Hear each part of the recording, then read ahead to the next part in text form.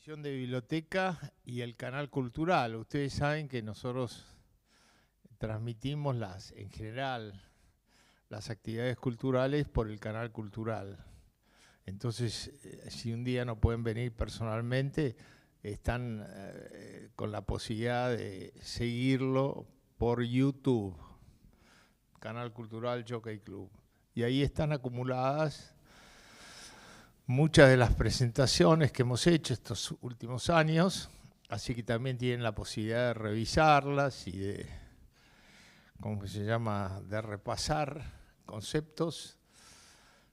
Y bueno, aprovechar estos grandes profesores de extraordinario nivel académico que tenemos la suerte de poder ofrecer a nuestros socios, asociados y amigos. Hoy tenemos un taller literario a cargo de Mariano Pérez Carrasco sobre la Divina Comedia de Alighieri. Iba a decir de Dante, pero como me corrigió. Bueno, Dante, la Divina Comedia de Dante. Yo hice una referencia sobre el Dante y me corrigió el profesor, acá no se debe decir así el Dante, sino el Alighieri. Mariano Pérez Carrasco es especialista en estudios dantescos y toda la tradición humanística en general alrededor de este particular momento de la civilización que tiene sus raíces y vínculos entre la poesía, la filosofía y la política en el medioevo y en el Renacimiento. Ha sido Visiting Fellow de la Universidad de Bolonia, Visiting Scholar de la Universidad de Torino y Fellow de la Villa Itati de Harvard University Center for Italian Renaissance Studies. Ha dictado clases, cursos y conferencias en varias universidades: Buenos Aires, San Andrés, Barcelona, Cuyo, Bolonia, Torino, Mackenzie, Complutense de Madrid y en la Sociedad Dantesca Italiana. Es miembro de la Asociación de Arte Renacentista para el Estudio del Renacimiento de la Sociedad Internacional León Battista Alberti.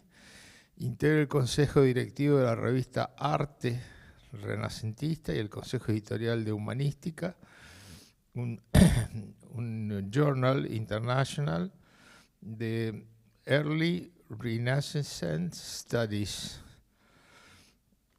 Albertiana y Tenzona, revista de la Asociación Complutense de Dantología. Dantología supongo que debe ser el tratado sobre estudios dantescos, exactamente. Los últimos libros son Las paradojas de la novedad, La palabra deseada, que es el que está en la librería, y La Divina Comedia en el mundo contemporáneo, editado por Mar Dulce. Es funcionario del CONICET. Bueno, lo dejamos en el uso de la palabra al profesor. No sé si quieres...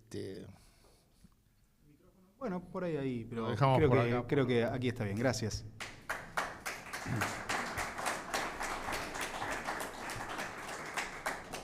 Bueno, muchas gracias nuevamente al Jockey Club y ante todo a la Asociación de Amigos del Museo Nacional de Bellas Artes, que es quien organiza estos encuentros, y en particular a Lucía Vogelfang, que es efectivamente quien ha organizado todo este ciclo, y obviamente, repito, al Jockey es un placer y un honor estar aquí nuevamente. Quizás varios de ustedes, veo algunos conocidos, han estado obviamente en la primera. Esta es la segunda clase de dos, y va a ser la continuación obviamente de esa primera clase que tuvimos hace 15 días. La idea de esta conferencia, o esta clase, o taller, como quieran llamarlo, es poner el foco sobre algunos momentos clave de las dos últimas cánticas de la Divina Comedia, ¿no? O sea, del Purgatorio y del Paraíso, que van a seguir, en estos momentos sobre los cuales vamos a poner el foco, van a seguir con la línea narrativa que obviamente habíamos comenzado en la primera clase. De modo que voy a resumir en 2 palabras qué fue lo que habíamos, cuál era el punto esencial sobre el que habíamos puesto el foco la clase pasada. El punto esencial era que la Divina Comedia no era, en primer lugar, un poema de amor, como se lo presentaba, porque no se trataba, de hecho, de la búsqueda de Beatriz, sino de la búsqueda, digamos, de Dios, en definitiva, ¿no? Y Beatriz no era más que en definitiva no, específicamente, y hoy vamos a ver cómo Dante termina efectivamente pues, penetrando en la luz divina. Y cómo Beatriz, en definitiva, no era más y no era menos, por cierto, que un medio escogido por la divina providencia, esto es, inmediatamente por María, o, si queremos hablar con propiedad, mediatamente por María, porque María conversa en el cielo con Santa Lucía, de quien Dante era devoto. Santa Lucía habla con Beatriz y Beatriz desciende a hablar con Virgilio para que rescatara a Dante. Entonces, Beatriz, decía, no era más y no era menos que un medio para salvar a Dante. Hasta aquí, digamos, obviamente hablamos mucho más, no voy a repetir toda la clase que vimos la vez pasada, pero este era, digamos, el punto general sobre el cual retornamos una y otra vez. En la clase de hoy vamos a continuar con esta línea argumentativa y obviamente vamos a poner el foco en el momento en que Dante se encuentra con Beatriz. El momento en que Dante se encuentra con Beatriz. Que es de algún modo el nudo narrativo de la Divina Comedia. Entonces es el ápice, es el momento en el cual se produce se nos revela a nosotros y se le revela a Dante el porqué de su situación inicial en la selva oscura. Esto es, la clase pasada pusimos el foco, digamos, específicamente en la selva oscura, en todo ese primer momento fundamental de la Divina Comedia, que es Dante perdido en la selva con las 3 fieras y demás. Pero no sabíamos, y Dante tampoco lo sabía, por qué estaba allí. No sabíamos para qué había sido rescatado. Y Dante tampoco no se lo va a enterar nunca. No se lo va a enterar en todo el infierno, no se lo va a enterar en prácticamente todo el purgatorio, se lo va a enterar recién al final del purgatorio, cuando Beatriz se lo revele. De modo que ese momento es un momento de revelación para el lector, o sea, para nosotros, y para el mismo Dante. ¿Y qué es lo que se va a enterar? Adelantemos 2 o 3 cosas antes de comenzar a poner el foco en algunos pasajes que seleccioné para que leamos juntos. Bueno, se va a enterar justamente de algo muy paradójico y que tiene muchas más consecuencias de las que en principio podría parecer. Y es que él, entre todos los hombres y las mujeres de su tiempo, fue elegido para ir al más allá, como San Pablo y como Eneas, esto lo vimos la clase pasada, en esta comparación de Dante con San Pablo y con Eneas, para escribir este poema. Entonces hay una circularidad, ¿verdad? En la narración misma de la Divina Comedia, o sea, en lo que la Divina Comedia narra, está explícito el hecho de que lo que le sucede al personaje, que es el mismo que el autor, está en función de la escritura de lo que estamos leyendo, ¿no? ¿Se entiende? Hay una circularidad narrativa, digamos, en la Divina Comedia. ¿Y para qué escribe esto? ¿Para qué? O sea, ¿por qué a él le es dado, por qué él ha sido elegido para, pues, transmitir una suerte de nueva revelación con minúscula, por supuesto, ¿no? O bien, una suerte de nuevo libro profético. Bueno, porque él es explícitamente, y esto es lo que le dice por primera vez Beatriz, 2 veces en el purgatorio, y luego se lo va a repetir su tatarabuelo Cacciaguida, esto también lo vimos la clase pasada, que es quien le revela a Dante su destino, y se lo va a volver a repetir San Pedro, es decir, 4 veces le dicen lo mismo. Él es el encargado de dar una nueva esperanza a la humanidad. Nueva esperanza que consiste en un mensaje a la vez teológico y político de reforma espiritual de la humanidad, que es la que está contenida en este libro. Bueno, esto entonces para hacer un prólogo acerca de la importancia de la importancia narrativa y conceptual del encuentro con Beatriz. Pero antes de encontrarnos con Beatriz, vayamos al ingreso del purgatorio. Dante termina el infierno trepando por el cuerpo de Lucifer junto con Virgilio, ¿no? Dante se sube a las espaldas de Virgilio, se toma de las espaldas, Virgilio empieza a trepar por los pelos de Lucifer, que está clavado, como vimos la clase pasada, todo esto lo vimos, está clavado en el centro del universo, trepa, se van por las piernas de Lucifer, entran por una cueva, empiezan a atravesar una cueva que conecta directamente desde el centro de la Tierra con la playa del Purgatorio.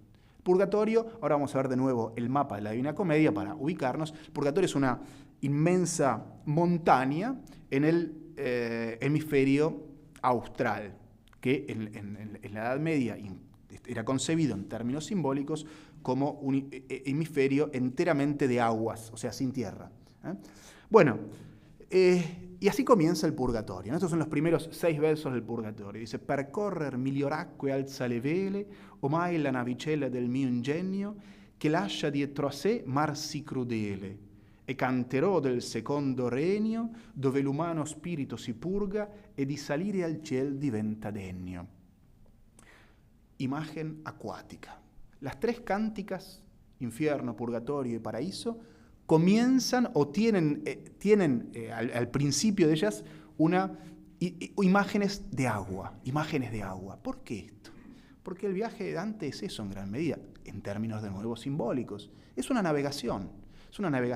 La imagen ya agustiniana de que nuestro peregrinaje en la tierra es como una navegación en un mar proceloso mientras buscamos el puerto deseado, vuelve en cada uno de los primeros cantos de los 3 cánticas de la Divina Comedia. Entonces, para recorrer mejores aguas, alza las velas la nave de mi inteligencia, que deja detrás de sí un mar tan cruel, o decía, el mar del infierno. Y ahora va a cantar acerca del segundo reino, cuya función está explicitada aquí. Consiste en que el espíritu humano, o sea, las almas, se purguen y puedan volverse dignas de ascender al cielo. En eso consiste el purgatorio, del cual hablamos a propósito de una pregunta, y hoy podemos volver a conversar la clase pasada. En ese mismo canto, Dante se va a encontrar con un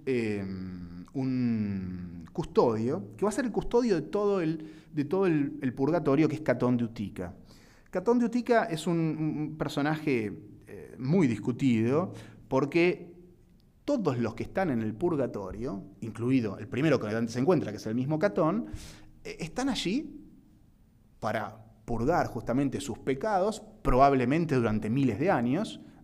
Por ejemplo, Tácito, Estacio, un poeta con el que Dante se encuentra y que lo acompaña durante buena parte de su ascenso por la montaña del purgatorio, estuvo 1000 años purgando sus pecados. Pero todos los que están aquí están salvados. O sea, al final de los tiempos el purgatorio va a desaparecer y van a quedar solamente el infierno y el paraíso, que son eternos. Y Catón, ¿cuál es el problema? Que Catón es un suicida. Y se suicidó justamente, y Virgilio lo recuerda, en diálogo con él, se suicidó para preservar su libertad. Y este es un hecho muy importante, que hoy va a volver en los pasajes que seleccioné para que leamos juntos hoy, para volver 2 veces. Porque también el viaje de Dante es un viaje en busca de la libertad, que es una libertad política, en cierta medida, pero que es sobre todo una libertad espiritual. ¿Dónde lo va a decir? Bueno, aquí mismo, al principio del purgatorio, y lo va a decir también cuando se despida de Beatriz. Cuando se despide de Beatriz, Dante le va a agradecer a Beatriz el hecho de que lo ha liberado, Lo ha liberado, pues, de las pasiones desordenadas, de una vida que no tiene norte, que y que vive justamente en esa oscuridad del caos, que es el caos de las pasiones, en definitiva, que es el pecado. Cuando ve Catón a dos personajes, un muerto y un vivo, pero Catón no sabe todavía que está vivo, salir de aquella caverna en la que comunica con el infierno, se horroriza. Piensa que han sido rotas las leyes divinas, porque nadie puede salir del infierno. Está prohibido que cualquiera del infierno, que debe estar allí por justicia divina para toda la eternidad, pase al purgatorio y sea salvado. Entonces, Virgilio le explica a Catón por qué están ahí. Y esto es casi una rutina que va a repetir muchas veces en el purgatorio, porque los habitantes del purgatorio se van a sorprender por el hecho de que Dante tiene cuerpo y, por ejemplo, camina y patea piedras o su cuerpo produce sombra, cosa que no producen evidentemente los fantasmas que están en el más allá. Entonces le dice Virgilio a Catón, le dice, no vio aún la última tarde, questi non vide mai l'ultima sera, ma per la sua follia le fussi presso che molto poco tempo avvolgerera. O sea, que está junto a mí, que está vivo aún, no vio aún su última tarde. Es decir, está vivo. Pero, y esto es lo que nos interesa, pero por su locura, la traducción que puse aquí es la de Claudia Fernández, que puso soberbia, pero folía es literalmente locura, pero por su locura estuvo tan cerca de morir que le quedaba poco tiempo de vida, justamente. Y esto nos confirma en lo que comentaba también la clase de pasada, de que Dante, cuando está en la selva oscura, está efectivamente en un peligro de muerte. Lo vimos con Beatriz, que Beatriz le decía que ella temía que poco tiempo le quedase y que ella se hubiese levantado tarde desde el cielo para ir a rescatarlo. Y aquí Virgilio lo vuelve a señalar. Es decir, y este término, folía, es un término muy importante en la Divina Comedia. Es un término que aparece en el canto de la contrafigura de Dante en el infierno. La contrafigura de Dante es Ulises, canto 26 del infierno.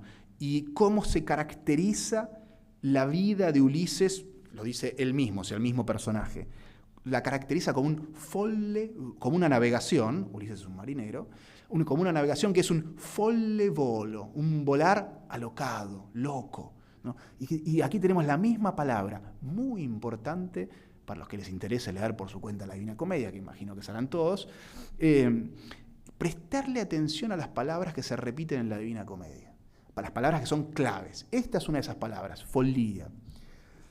Bueno, ¿y qué está haciendo Dante aquí? Continúa Virgilio explicándole a Catón. O sea, le dice primero por qué llegó aquí. Llegó aquí porque él fue rescatado. Virgilio le vuelve a contar la escena, digamos, del canto 1 del infierno. Y luego le termina diciendo, él, Dante, libertava cercando che esi cara, come sa chi per lei vita rifiuta. Él, Dante, va buscando la libertad, que es un bien tan preciado como sabe quién. ¿Y qué es lo que está implícito aquí? Tú, Catón, como lo sabes tú, que te has suicidado, como sabe quién por ella, por la libertad, se quita la vida, pierde su vida. Este díptico, libertaba cercando che si cara, etc., va a ser muy importante, sobre todo en el siglo XIX, va a ser retomado por los románticos, por los revolucionarios nacionales, que van a fundar las naciones del siglo XIX, entre ellas la Argentina. Uno de los libros señeros de la literatura, de la poesía argentina, que son los Cantos del Peregrino de José Mármol, tiene dos incipit, uno de Lamartine y el otro de Dante, que son estos dos versos, ¿verdad? Que lo interpreta obviamente en clave política. Pero aquí Virgilio nos dice algo muy importante, y nos dice que Dante hace este viaje para buscar la libertad. Esta es la primera vez que se dice en el poema, que Dante va buscando la libertad. Bueno, tenemos aquí el mapa, no solamente para recordar lo que ya acabo de decir, es que la figura pero que ahora quiero que prestemos atención a algo nuevo que no había dicho en la clase pasada, que es la figura especular del purgatorio y del, a ver si logro, ahí está, del purgatorio y del infierno. Ven que son exactamente especulares, ¿verdad? Uno es un cono insertado en la tierra y el otro es una montaña, que es una montaña sino un cono que sale de la tierra, ¿verdad? Esto va a ser muy importante. Al final de la clase vamos a volver sobre este tema, pero prestemos atención ahora que el entero universo es una figura especular de Dios. Pero sobre eso volveremos después. Tenemos el purgatorio, que es justamente cuya estructura, aquí no me voy a detener en eso, Dante está al principio, ¿no? Está entrando en la playa, ¿no? Vamos a saltar ahora y vamos a ir a la cúspide, a la cima de la montaña, en donde hay, no casualmente, ¿qué es lo que vemos en la cima del purgatorio? El paraíso terrestre, que es una selva. ¿Qué veíamos al inicio del infierno? O sea, fuera del infierno, al inicio del poema, antes de que Dante entre, otra selva. ¿Ah? Todo en la Divina Comedia es especular. Bueno, pero antes de ir a la cima del purgatorio, detengámonos en el tema de la libertad, que no casualmente está en el centro del poema. Vimos que Virgilio acababa de revelarnos que todo este viaje dantesco es un viaje en busca de la libertad. Libertad cuyo contenido todavía no conocemos. Ahora, en el canto 16 del Purgatorio, esto es, en el canto número 50, si contamos desde el canto 1 si contamos, digamos, desde canto 1 del infierno y seguimos el 34 y tomamos el 35, etcétera, del purgatorio, o sea, en el centro mismo del poema, porque la Divina Comedia son 100 cantos, ¿de qué se habla? Bueno, Dante presenta un tríptico, que son los cantos 16, 17 y 18 del purgatorio, que hablan acerca de la libertad.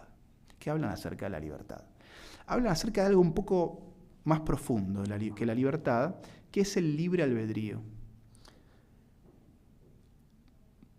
¿Por qué es tan importante el libre albedrío? Y acá se nos va a revelar un aspecto filosófico fundamental, filosófico y también político, porque el canto 16 es un canto político también, en el que Dante explica el porqué de la mala organización, de la maldad en el mundo, digamos, ¿no? De la maldad ético-política en el mundo.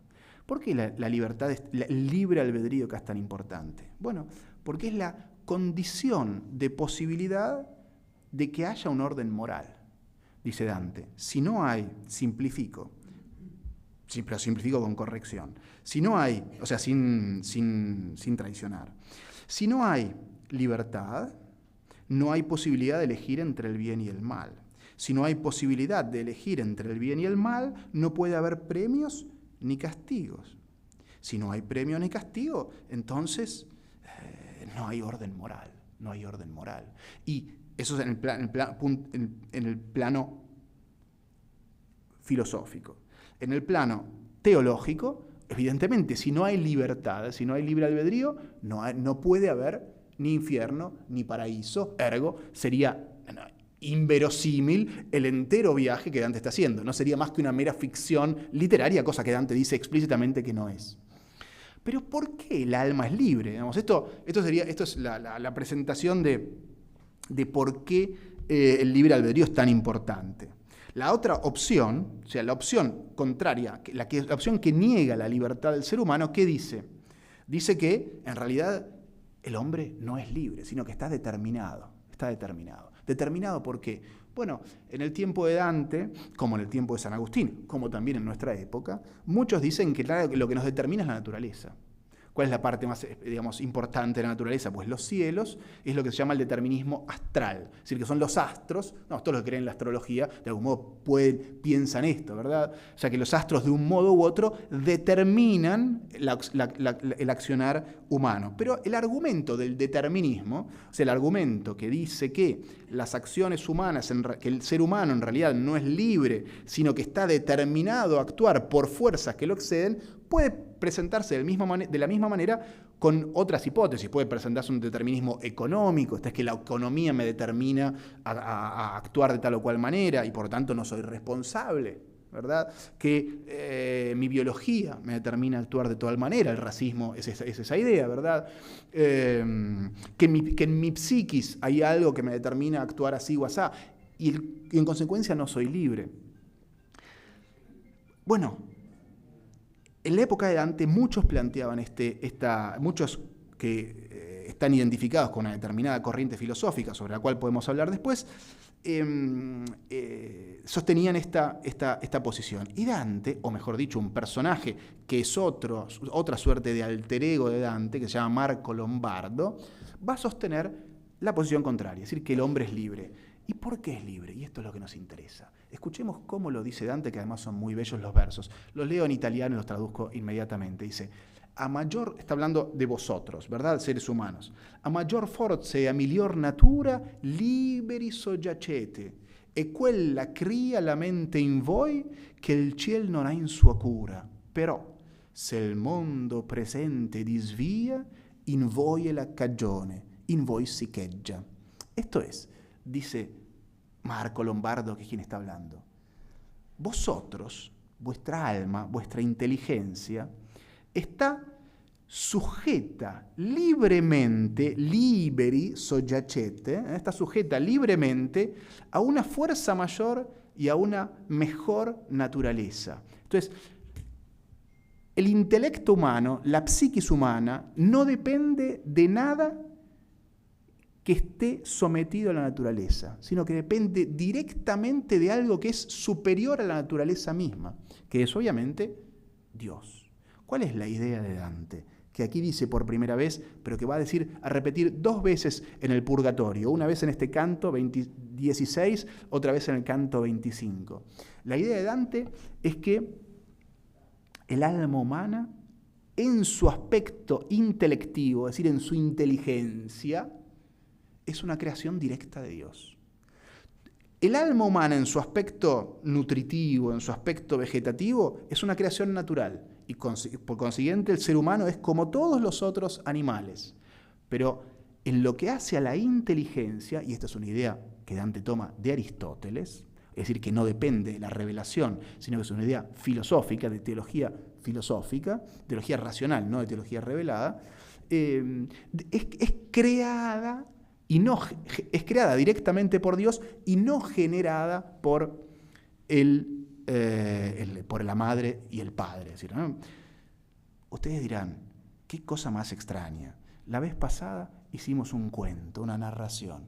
Ahora estamos hablando del origen del alma. Y sin embargo, esto lo está diciendo Dante en el centro de su poema. Pues la Divina Comedia es eso. La Divina Comedia es un libro que ha sido leído filosóficamente porque es un libro de filosofía, porque es un libro de teología. Y tiene en su corazón estos argumentos, que son abstrusos, algunos, que son difíciles, pero que son la esencia del poema dantesco. Sigamos. Fíjense la paradoja sobre la cual quiero poner el foco. Vosotros libres estáis sometidos, liberi soggiacete. ¿Estáis sometidos a qué? A una persona, a una naturaleza, a una fuerza, Dante dice fuerza y naturaleza, a una fuerza, a una naturaleza que es superior a la naturaleza. Y en eso, a la naturaleza, digamos, naturante, como diríamos, ¿no? O naturada. Y en eso reside justamente la libertad. En ese no depender en lo que hace al intelecto de las leyes naturales. Y es esa mente, y es esa fuerza o naturaleza mejor, la que crea la mente en vosotros. Mente que, por lo tanto, de la cual el cielo no se ocupa, porque el cielo está por debajo de la mente humana. Por eso, si el mundo presente va mal, si disvía, miren la palabra che Dante usa. ¿Cómo empezaba la Divina Commedia?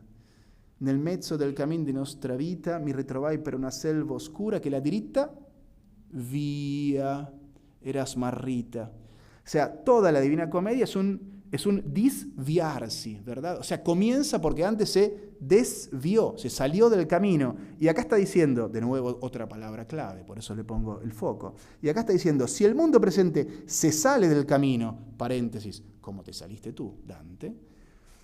La razón, ¿dónde la debemos buscar? ¿En los cielos? ¿En la economía? ¿En la raza? ¿En el inconsciente? No, la razón la debemos buscar en vosotros, en cada uno de vosotros. En vosotros está la causa de que el mundo esté mal, buscadla en vosotros mismos, in voi siqueggia. Toda la clave, este es el argumento filosófico, teológico central de toda la Divina Comedia. ¿Por qué central? Porque Dante lo pone en el centro topográfico del poema, el canto 50, y porque es la condición de posibilidad de que sea imaginativamente posible todo el entero viaje de la Divina Comedia. Y aquí Dante va a explicar por primera vez otro tema sobre el cual va a volver 2 veces en el Purgatorio, y es el origen del alma humana. Este es uno de los momentos más hermosos en términos poéticos de la Divina Comedia. Dice, escuchemos ahora, es la que está, el pasaje dice, esce di mano a lui che la vagheggia, prima che sia a guisa di fanciulla che piangendo e ridendo pargoleggia, l'anima semplicetta che s'annulla, salvo che, mossa da lieto fattore, volentier torna a ciò che la trastulla. Ya traduzco. Acabamos de ver el origen del alma humana, ¿verdad? Ahora que discutimos el tema de la libertad, acabamos de decir que el alma lo dijo Dante en realidad, que el alma ha sido creada directamente por Dios, directamente por Dios. Ahora nos acaba de decir Dante cuál es el fin del alma humana. ¿Cuál es el fin del alma humana? Y el fin del alma humana va a ser justamente regresar a través del amor a aquel que la creó. Como el niño que quiere regresar, sobre todo bien de chiquitito, digamos, ¿no? Los niños chiquitos, a la madre, ¿no? Que siempre, cuando hay oscuridad, cuando se despierta la noche, ¿quién piden por mamá? O sea, volver al origen. Exactamente lo mismo con cada uno de nosotros, dice Dante. Pero escuchemos cómo lo dice, traduciéndolo ahora, que tiene una belleza singular. Dice, sale de la mano de aquel que la vagheggia. ¿Qué es vagheggiare? Es el modo en que el amante mira a la amada. Eso es vagheggiare, es mirar con amor. Entonces es Dios que está, el alma que sale de la mano de Dios, Dios que la está mirando, recién creada, la está mirando con ese amor que es propio del amante y la amada, ¿verdad? Entonces, pero sigue, esto es extraordinario. Dice, sale de la mano de aquel que la vagheggia, prima che sia, es decir, antes de que exista. Porque claro, Dios la crea, pero antes de crearla, la mira ¿dónde? En su mente, ¿verdad? Es como el artista que tiene la imagen de lo que va a hacer antes de hacerlo, ¿verdad? Entonces, sale de la mano de aquel que la vagheggia antes de que sea a guisa di fanciulla, come una ninita, fanciulla, ¿no? Una ninita, ¿qué hacen los ninitos? Piangere e ridere, che llorando y riendo, otro verbo imposible de traducir al castellano, pargoleggia, viene de parvulus en latín, que es niño, ¿no? Párvulo.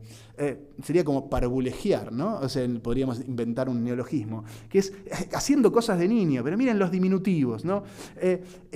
Como el alma sale de Dios, que la mira con amor antes de que exista, como una niñita que llorando y riendo hace niñerías, el alma, otro diminutivo, semplicetta, semplicita, que no sabe nada. ¿Por qué no sabe nada? Porque todavía no ha tenido experiencia de lo real. Nosotros todo lo que sabemos, lo sabemos a través de los sentidos, a través de lo que aprendemos, a través de la experiencia. El alma no sabe nada. Por eso es la anima, miren qué verso extraordinario, ¿eh? L'anima semplicetta che s'annulla. Bellísimo el verso, cómo suena. El alma semplicita que no sabe nada, excepto que, salvo que, mossa da lieto fattore, movida, habiendo sido creada por un hacedor, fattore, lieto, alegre, alegre. En nuestro origen está el amor con el que nos mira Dios antes de existir y la alegría, porque Dios todo lo que hace lo hace con alegría, incluso castigar a los condenados en el infierno.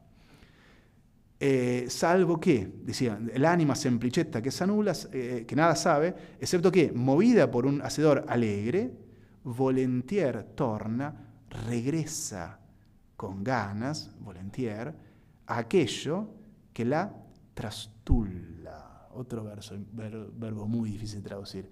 Aquello que le da alegría, pero que le da una alegría así también infantil, ¿no? Es decir, ¿cuál es el fin del alma humana? En definitiva, el fin del alma humana, ya lo habrán entendido, alfa y omega, es el origen, es volver a su origen, Pero ese origen es un origen de alegría, es un origen de amor. Por consiguiente, es el amor con mayúsculas. Por consiguiente, el entero sentido de la vida humana, nos lo acaba de decir Dante, en las palabras de Marco Lombardo, es regresar a través del amor a aquel amor primero que nos trajo la vida. Y ese es el círculo, digamos, de la vida humana según Dante. Miren qué extraordinario. Y hemos leído unos pocos versos, que todo este canto es bellísimo. El canto 16 es una verdadera maravilla. Eso es lo que está en el centro del poema. Saltamos ahora a otro momento fundamental, que es lo que sucede inmediatamente antes al encuentro de Dante con Beatriz. Vimos cómo Dante llega al purgatorio, lo que Virgilio le dice a Dante, que cómo Virgilio le revela a Catón el origen y el fin del viaje de Dante en el purgatorio. Vimos que en el centro, en el viaje de Dante al más allá, vimos que en el centro del purgatorio está la teoría de la afirmación del libre albedrío, vimos por qué el libre albedrío es afirmado, y vimos este sentido de la vida humana que a Dante se le revela en las palabras de Marco Lombardo.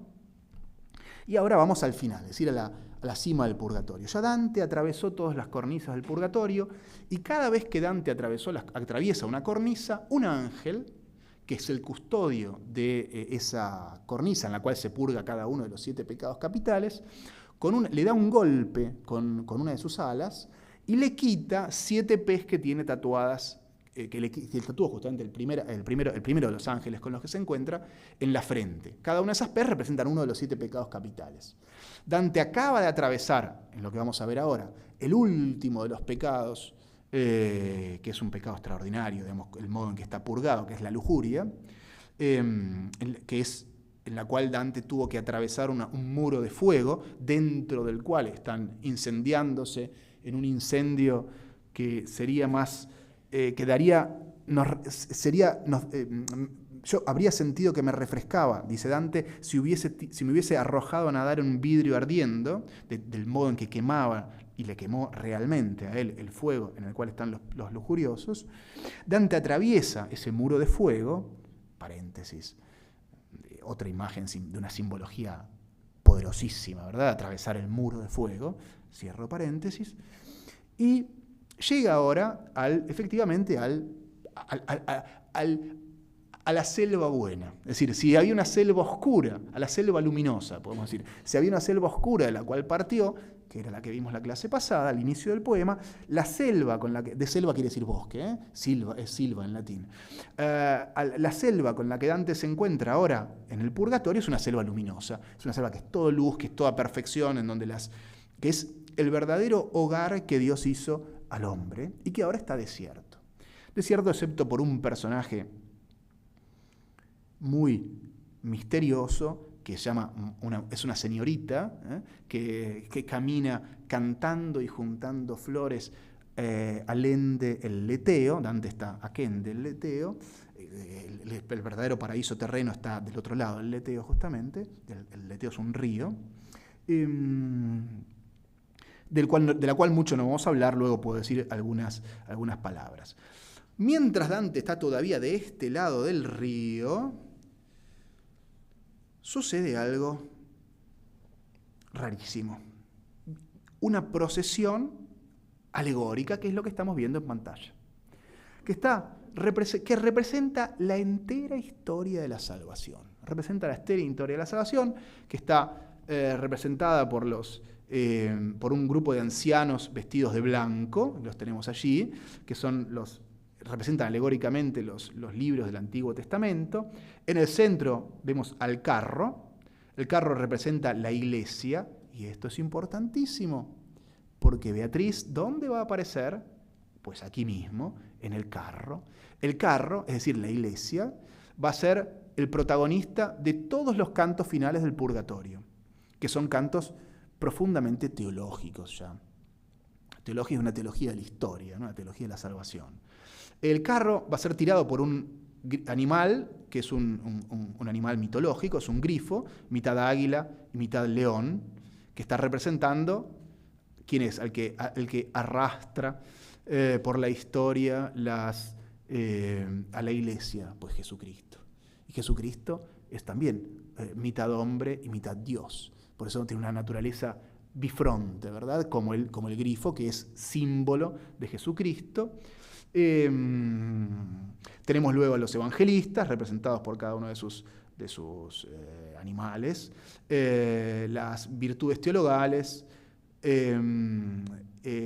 las virtudes cardinales, ahí las 4 virtudes cardinales, las 3 virtudes teologales, y los libros del Nuevo Testamento, los evangelistas obviamente, y las cartas de los apóstoles. Al final vemos a un personaje con los ojos cerrados. Todo esto Dante lo describe con muchísimo detalle. Esto es el canto 29 del Purgatorio.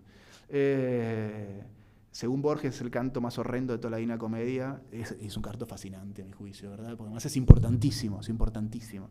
Está con los ojos cerrados. ¿Por qué está con los ojos cerrados? Porque es el Apocalipsis, que no está viendo lo que pasa delante de él, sino que ve lo que va a pasar en el futuro. Por eso tiene los ojos cerrados, pues está viendo más allá de lo que sucede delante de él. Y detrás, presencia que no hay que olvidar, hay un árbol con una serpiente. El árbol del bien y del mal. El árbol que está en el centro del paraíso terreno y que junto con el carro de la iglesia va a ser el protagonista de todo lo que va a suceder en los cantos siguientes, ¿verdad? O sea, en los cantos 30, 31, 32 y 33 del purgatorio. No nos vamos a detener aquí en todo esto, porque nos llevaría pues muchísimo más tiempo del que ya tenemos, que es poco. Señalemos solamente lo que acabo de decir, esto es que Beatriz va a aparecer allí, como la vemos en este dibujo extraordinario, bellísimo, de William Blake, donde vemos justamente a Beatriz sobre el carro, tirado por el grifo, ¿verdad? Y bueno, tenemos la Epifanía de Beatriz. La Epifanía de Beatriz no la voy a leer entera, solamente voy a señalar 2 o 3 cosas. Esto es que cuando Beatriz se le aparece a Dante en el carro, justamente, como una suerte de epifanía, es decir, como una revelación, se le aparece envuelta en flores que arrojan los ángeles, y se levantan en torno al carro estos ángeles, a los cuales Dante compara con los cuerpos de todos los seres humanos que se van a levantar en el momento de la resurrección final, de la resurrección de la carne. Otro tema que atraviesa toda la Divina Comedia, que se repite una y otra vez, es justamente este horizonte escatológico, ¿verdad? Recordar que en el momento final va a haber una resurrección de la carne. Y es el verso que yo subrayé, ¿verdad? La rivestita carne aleluyando. Así se van a levantar de sus tumbas todos los muertos, volviendo a vestir nuevamente la carne ahora carne gloriosa, y cantando aleluya, ¿no? La rivestita voce, es más lindo todavía lo que dicen, ¿no? La voz que nuevamente va a tener carne para hablar, vestida. Y así aparece Beatriz, que es, ¿cómo la llama? ¿Qué cantan los todos estos ángeles y toda esta procesión alegórica que acabo de explicar. Miren cómo la llaman como Cristo, como lo llaman a Cristo en los evangelios, ¿verdad? Bendito quien viene en el nombre del Señor, ¿verdad? Benedictus qui venis. Eso es lo que están cantando. ¿A ustedes les parece que a una simple señorita de Florencia, por la cual Dante se habría enamorado al pasar, así se le puede llamar de esta manera? De ningún modo. Cantan algo más que ahora no tenemos tiempo de decir que es este otro verso final, ¿verdad? Manibus odate lilia plenis, que también es un verso de la Eneida que tiene, sin embargo, un sentido cristiano. Y bueno, aquí es donde está la revelación final de Beatriz, ¿verdad? Así, justamente, se le aparece a Dante una mujer, Donna m'apparve, sotto verde manto, vestita di color di fiamma viva, Beatriz vestida con los 3 colores que representan simbólicamente las 3 virtudes teologales, fe, esperanza y caridad, ¿verdad? El verde, el blanco y el rojo. Y así, lo spirito mio, che già co tanto tempo era stato che la sua presenza non era di stupor tremando affranto, senza degli occhi aver più conoscenza, per occulta virtù che da lei mosse, d'antico amor sentì la gran potenza. Y mi espíritu es la fuerza vital, y mi espíritu, que ya durante tanto tiempo había estado alejado, simplifico, de su potencia, sin verla, porque Dante no la puede ver, porque Beatriz está velada, tiene un velo blanco justamente, y por otra parte está envuelta en flores, sin embargo siente milagrosamente, como le sucede siempre en la Vita Nueva también cuando la Beatriz, siente su virtud, la oculta virtud. Virtud es fuerza, la potencia que sale de Beatriz, que da lei mosse, y entonces siente la gran potencia del antiguo amor, y en este momento justamente se separa se da cuenta que Virgilio la había abandonado cuando él siente los signos de la antigua llama amorosa, que ahora, después de todo lo que hemos visto en la clase pasada y esta, evidentemente sabemos que es una llama de amor, pero es una llama de un amor muy particular, ¿no? Conosco i senni dell'antica fiamma. No tenemos tiempo, pero lo dejo como una espía, ¿no? como una huella para que quien quiera lo siga por su parte. Notemos las metáforas infantiles que hay todo el tiempo, ¿no? En la Divina Comedia son muy importantes. Siempre Dante se compara a sí mismo como un niño. Va a ser la última comparación que va a hacer de sí mismo en el Paraíso también, ¿no? Dice, cual il fantolín, como el niño corre a la mamma, corre a su mamá. Cuando tiene paura, cuando tiene miedo, así corría Virgilio. Y no lo encuentra, se larga a llorar, y Beatriz hace lo primero, le dice sus primeras palabras, que es reconvenirlo, retarlo. Le dice Dante, perché Virgilio se ne vada, non piangere ancora, che pianger ti convien per altra spada. Dice, y esto es lo primero que le dice Beatriz a Dante. Dice, Dante, por el hecho de que Virgilio se haya ido, no llores aún, no llores, se lo repite 2 veces, porque es preciso llorar por otra espada. ¿Cuál va a ser la otra espada? Lo que ella le va a decir. En ese momento, Beatriz se presenta a Dante, le dice ahí, guardaci ben, ben sem Beatrice, soy Beatriz, hace una ironía que vamos a saltear, y Dante, que siente el tono de reconvención de Beatriz, frío, distante, es una madre que está retando a su hijo, y Beatriz la compara con un almirante que dirige a los marineros de su nave desde la proa, ¿eh? O sea, es una voz de autoridad. Beatriz, que es lo que va a hacer durante todo el viaje paradisíaco, a Dante le da vergüenza. Baja la mirada, encuentra su mirada, su cara en el leteo, y le da vergüenza, y la saca. Lo contrario de Narciso. En vez de enamorarse de él, es un hombre que se está verdaderamente arrepintiendo. Vamos a saltar todo esto, solamente vamos a ver aquí, en este punto es una cosa que yo señalé la clase pasada, que es cuando que aquí se revela, Beatriz le revela a Dante el el motivo por el cual estuvo en la selva oscura, ¿no? Cuando dice, Beatriz ni siquiera, Dante tiene tanta vergüenza que no la mira a Beatriz, mira para abajo, y Beatriz no le habla a Dante, sino que le habla a los ángeles, ¿verdad? Y a las virtudes que están allí. No está hablando, habla de Dante a otros, y Dante cada vez siente más vergüenza, se está empezando a arrepentir de verdad, que es la condición para salvarse, es el arrepentimiento, que es por otra parte lo que decía San Juan el Bautista, ¿verdad? En el desierto, arrepentíos. Y entonces dice, él llevó sus pasos por una vía non vera, de nuevo la palabra vía, ¿verdad? Por un camino no verdadero. Igual vuelve con la misma expresión que el verso 12 del canto 1 de la Divina Comedia. ¿Y por qué se siguió por un camino no verdadero? Porque siguió immagini di ben seguendo false che nulla promessión rendono intera. Porque siguió falsas imágenes del bien que nunca dan aquello que promete. Tan bajo cayó que todos los argumentos eran cortos, o sea, no servían para salvarlo. Por eso no quedó otra que mostrarle le perdute gentes, el cual hubiese sido su destino, el infierno, si no hubiese hecho este viaje. Y por eso hizo todo este viaje. Aquí entonces Beatriz luego le revela por qué hizo este viaje. Se lo dice 2 veces. Le dice que él, Dante, hizo este viaje para que in pro del mundo que mal vive, es decir, para nosotros, en favor del mundo que vive mal, cuando regreses allí, escribas lo que viste, fa que tú scribe. ¿Sí? En el mismo viaje de la Divina Comedia está explícito el mandato de escribir la Divina Comedia.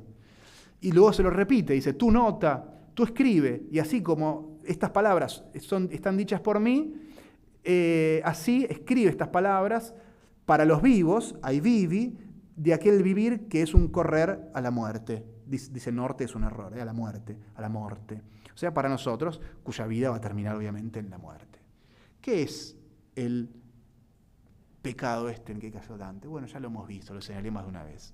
Es desorden, es no saber cuál es el fin de la vida, es haber perdido este alfa y omega del cual hemos hablado en buena parte de la clase de hoy. El paraíso, por el contrario, va a ser todo. El paraíso justamente va a ser todo lo contrario.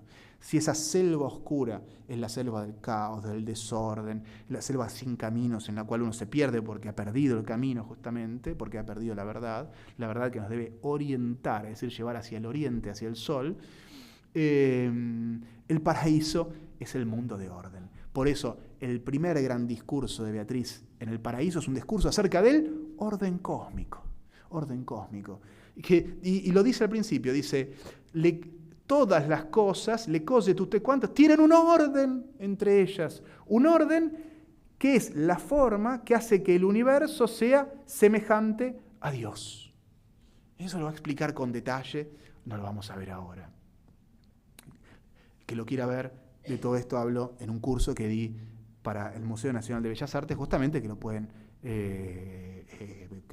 conseguir y contratar en la Asociación Amigos del Museo, que explico con mucho más detalle, obviamente, todo esto.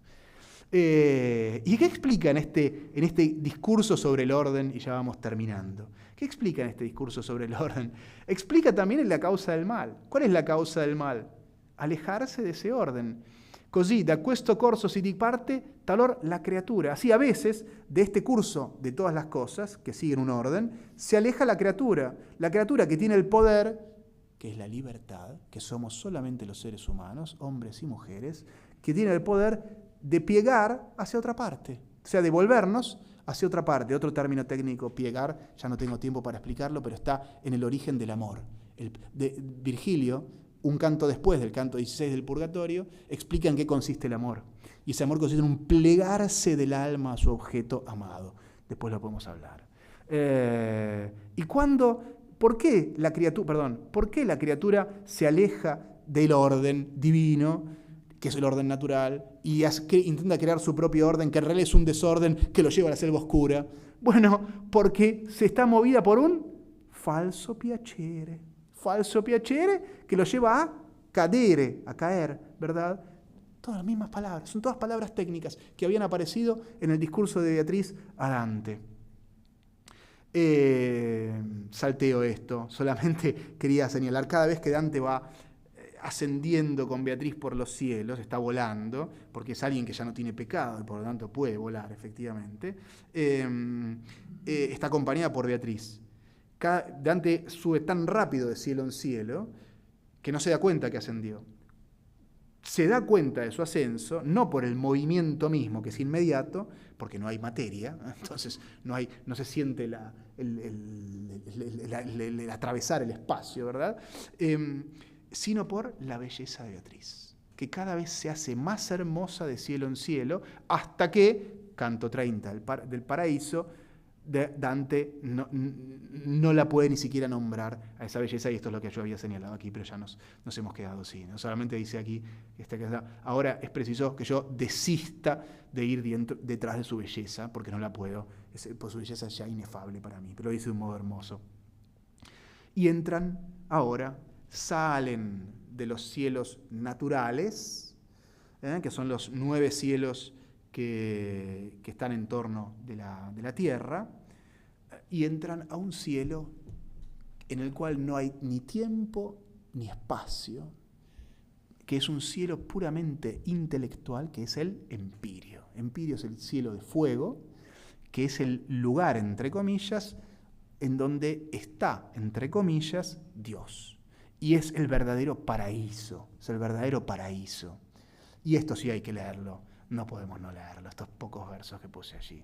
Miren cómo describe Dante su penetrar en el paraíso verdadero, en el Empirio. Dice: noi, Beatriz y yo, siamo usciti fuori del maggior corpo al ciel che pura luce intellettual piena d'amore, amor di vero ben, pien di letizia che trascende ogni dolzore.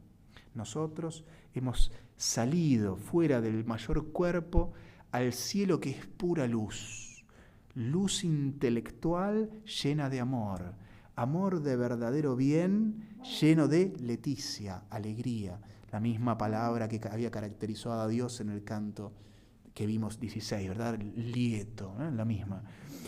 Amor de verdadero bien lleno de alegría, o leticia que trasciende todo dulzor. Estupendo, ¿verdad? Descripción del purgatorio. Y aquí tenemos lo que yo, del paraíso, del Empirio. Y aquí tenemos lo que yo decía al inicio. Como se ve bien estas 3 análogas descripciones del universo dantesco, lo que está arriba es como lo que está abajo es como lo que está arriba, ¿verdad? Miren cómo el paraíso, que es esto, el paraíso, que es lo que está, es esto, repite, o mejor dicho, la tierra, el entero orden natural, repite el orden del paraíso. ¿Cuándo está bien ordenado el universo? Esto lo dice Dante también en la monarquía, es una idea clave de su pensamiento, cuando el orden humano y cósmico repite el orden paradisíaco. Ese es el metro, y algo más, que es importantísimo para el viaje de Dante en la Divina Comedia, que lo dice en el canto 2 del Infierno, y acá lo volvemos a ver en la estructura de esta final. Al final del viaje, Dante va a ver a María, con la cual vamos a terminar ya mismo esta conferencia. María, como pueden ver, está inmediatamente debajo de Dios. Esto lo dice Dante también en el Convivio. María está inmediatamente debajo de Dios. Y es para Dante y para toda la humanidad la corredentora. Si Cristo es el Redentor, María es la corredentora. Está inmediatamente debajo de María. Esto lo explica Dante en el Convivio. Y para él mismo María fue la corredentora, porque la que lo redime, todo este viaje empezó porque María se apiadó de él. No se apiadó Beatriz, no se apiadó ningún santo, no se apiadó Santa Lucía, se apiadó María. Y todo este viaje va a terminar con María. Tenemos a Dante en el paraíso, lo salteo todo esto. Nos quedamos sin tiempo, pero solamente Dante se despide de Beatriz en una plegaria que es hermosa, cuando él también, así como Virgilio se fue de su lado sin que él se diera cuenta que se había ido, así también Beatriz se va de su lado sin que él se diera cuenta que se había ido, y cuando en un momento se da vuelta para hacerle una pregunta a Beatriz, que la tuvo siempre a su lado, en vez de estar Beatriz se encuentra a un anciano, ese anciano que va a ser su última guía, que es San Bernardo de Claraval, teórico del amor y teórico de la caballería. Y por las dos cosas es elegido por Dante. Y entonces Dante mira la cándida rosa del Empirio, en el paraíso, y ve a Beatriz, ve el lugar que ocupa Beatriz, y ve algo más, paréntesis, que es que ve que en el paraíso hay muy pocos lugares libres. ¿Qué quiere decir esto? Que muy pocos van a ser salvados ya. Que la humanidad está en un momento de decadencia, que se van a condenar la inmensa mayoría de los hombres y las mujeres, y él lo dice, hay muy pocos escaños libres, escaños porque ve como un anfiteatro el paraíso.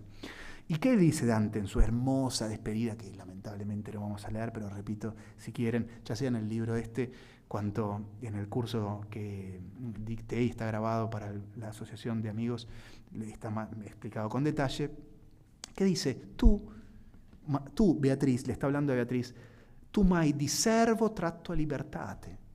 Eso, ahí está. Yo ahora soy un hombre libre. ¿Por qué soy libre? Porque yo era un siervo del pecado. Yo vivía en el caos, vivía en el desorden, en la oscuridad, en todo eso que fuimos viendo. Y ahora vivo en la libertad. Ahora soy libre gracias a ti, gracias a ti.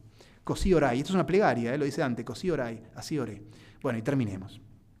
Aquí tenemos a Dante y a San Bernardo de Claraval, arrodillados frente a la Virgen María, que está inmediatamente debajo de la Santísima Trinidad, la Virgen Corredentora, y comienza su fin la Divina Comedia con una plegaria que le dirige a María, que no vamos a leer purtroppo, que es la que está representada en esta extraordinaria miniatura del manuscrito de Yates Thompson, que es San Bernardo de Claraval, que es quien reza a la Virgen María para que le pida a Dante, permita a Dante ver la Santísima Trinidad, y Dante obviamente arrodillado al lado, ¿verdad? Que es esta plegaria extraordinaria, la plegaria mariana más hermosa de las muchas hermosas plegarias que hay, que es Vergine Madre, figlia del tuo figlio, umile alta più che creatura, etcétera, etcétera, etcétera. O sea, Virgen, empieza con toda una serie de paradojas que son las que caracterizan la esencia de María, que es toda ella una paradoja, ¿verdad? Virgen y madre, ya ahí empezamos con la paradoja, ¿verdad? Hija de tu hijo, la más humilde, es decir, la más baja, y la más alta de todas las criaturas, etcétera, etcétera. Esta es una página de una profundidad, ante todo poética y luego teológica, increíble. Y Beatriz se va a apiadar Beatriz, que se apiadó de Dante en la selva oscura, se va también a apiadar de Dante en el paraíso y va a permitir que los ojos mortales puedan ver la luz divina sin que queden pulverizados, solamente con ver una chispa de la luz divina a uno le quitan las ganas de vivir, como le pasó a Santo Tomás de Aquino, cuando todo lo que había hecho le pareció inútil frente a la revelación final que había tenido. A Dante justamente quiere que no le pase eso, y por eso San Bernardo quiere que a Dante no le pase eso, y por eso hace esa plegaria estupenda, y que empieza a ver, contempla por último, después de otra serie de cosas, antes una serie de cosas que habían visto, contempla la Santísima Trinidad, contempla Dante la Santísima Trinidad, ¿no? Dice, oh luz eterna, que solamente en ti resides, que solo a ti te entiendes, y inteligida e inteligente, o sea, siendo a la vez objeto y sujeto del entender, amas y sonríes. De nuevo, vimos que Dios con alegría crea cada una de las almas que nacen en esta tierra, con lieto, el fattore lieto, lo vimos hoy.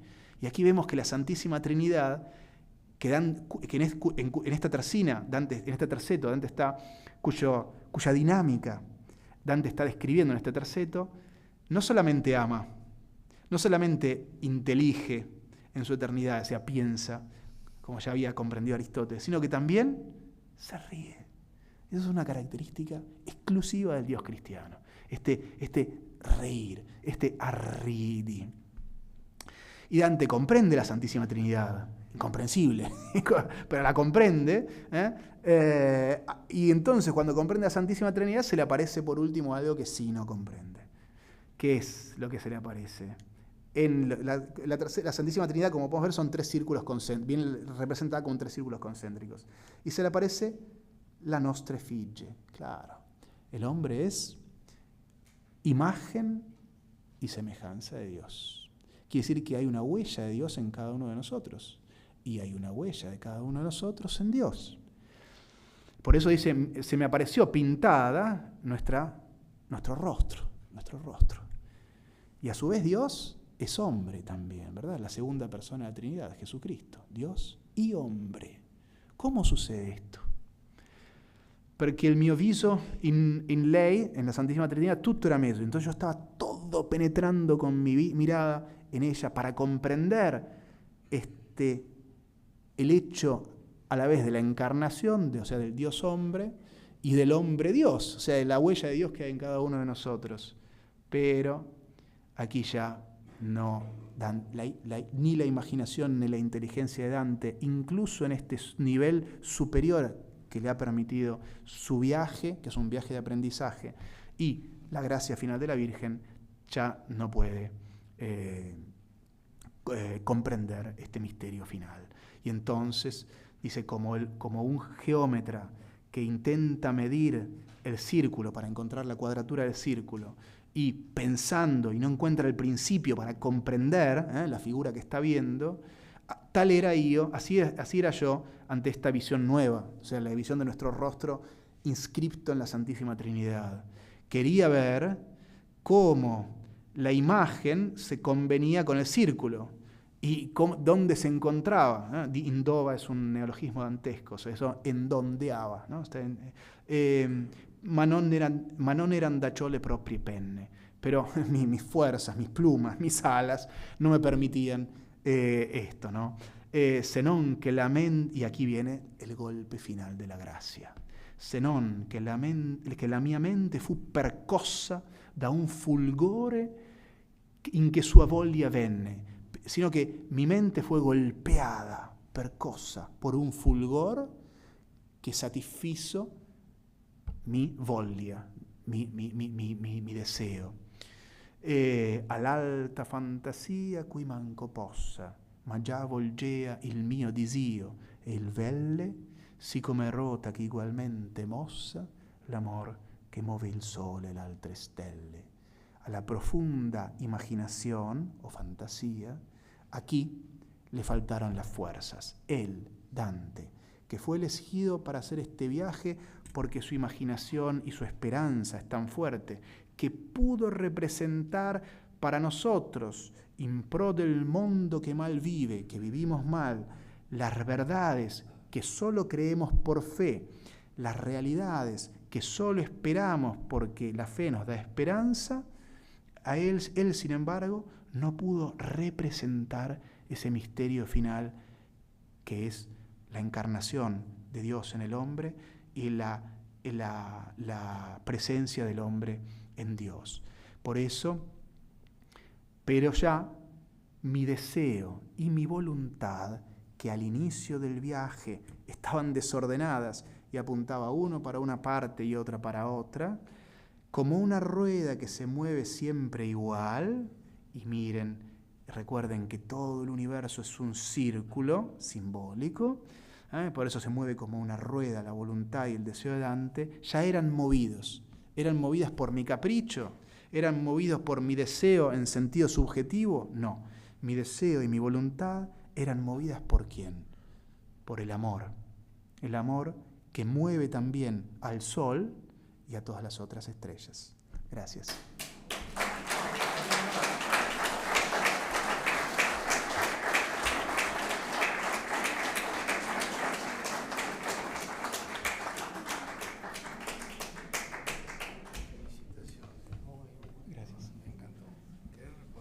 Sí, por supuesto, cuanto quieran.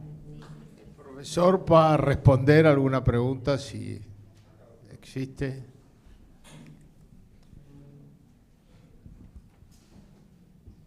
Hago un poco de publicidad del libro y del curso también, del curso en la Asociación de Amigos. Tendrías que dar un curso especial para curas. Me encantaría. Para levantarles un poco. Porque esto Y es el fin de la teología pura, sí. Es una teología poética además, ¿no? Profesor, aquí, La clase pasada usted nos habló un poco de Beatrice y lo simbólico que podría representar y lo difícil que eso significaba, ¿no? Ahora, si lo tomamos como algo real, Beatrice es una mujer que guía, que conduce y que revela, ¿no? Coincide ese periodo con el periodo quizás más importante de todo Occidente de la mujer, por la adoración que había sobre María, a tal punto que los historiadores cuentan que eran mujeres las que escribían las bulas papales, que eran monjas que imponían su criterio, a veces que le llevaban al Papa bulas que querían imponer. La pregunta es, ¿fue la Divina Comedia la que provocó ese nuevo lugar de la mujer en Occidente, o él estaba imbuido de la época y por eso escribió de esa manera sobre ella? Muchas gracias por la pregunta y por las observaciones tan estimulantes. La respuesta es evidentemente la segunda. El cambio de posición de la mujer en Occidente comienza en realidad con el cambio del orden social, creo, no recuerdo si lo mencioné aquí la vez pasada, pero justamente, digamos, luego de la caída del Imperio Romano, y por una serie de motivos que están vinculados a la caída del Imperio Romano, pero no únicamente a la caída del Imperio, Europa vive una situación de permanente conflicto, de permanente guerra, de permanentes invasiones, ¿no? Las últimas van a ser las de los normandos y las de los vikingos, que van a llegar hasta París, ¿no? Y van a conquistar Sicilia. En esta situación, obviamente, la mujer, y como la figura central es la figura del caballero, ¿no? Es la figura del guerrero, ¿no? El centro, las ciudades van a ser lugares peligrosos, y donde no hay vida ciudadana, es difícil que la mujer tenga un rol central, porque la vida, digamos, de combate es una vida eminentemente masculina. Eso, a partir del siglo XI, empieza a cambiar. Empieza a cambiar por distintos motivos. Entre otros, cambia el clima. El clima fue muy frío antes, vivir en la ciudad era muy costoso y además muy peligroso. Era mucho más seguro vivir en castillos, y es lo que va a caracterizar la llamada Alta Edad Media, o sea, todo el primer periodo de la Edad Media, hasta el siglo XI. Y a partir del siglo XI empiezan a renacer las ciudades. También el clima empieza a ser mucho más templado. Y esto va a coincidir, obviamente, con un cambio de rol de la mujer también en la sociedad.